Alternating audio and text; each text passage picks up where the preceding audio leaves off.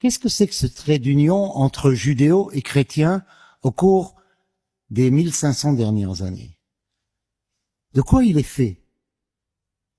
D'harmonie, de coexistence pacifique. Il est fait de sang. Depuis avant les croisades, jusque tout récemment. Le nazisme, c'est pas il y a très longtemps. Ça, c'est l'essentiel des relations judéo-chrétiennes. Si on ouvre les livres d'histoire et on fait pas de la mystification, les relations judéo-chrétiennes, elles sont douloureuses, sanglantes, tout au long de cette histoire. C'est un mensonge des néoconservateurs, et d'autres d'ailleurs, que de parler d'une civilisation judéo-chrétienne. À l'inverse, parlons de la civilisation judéo-musulmane.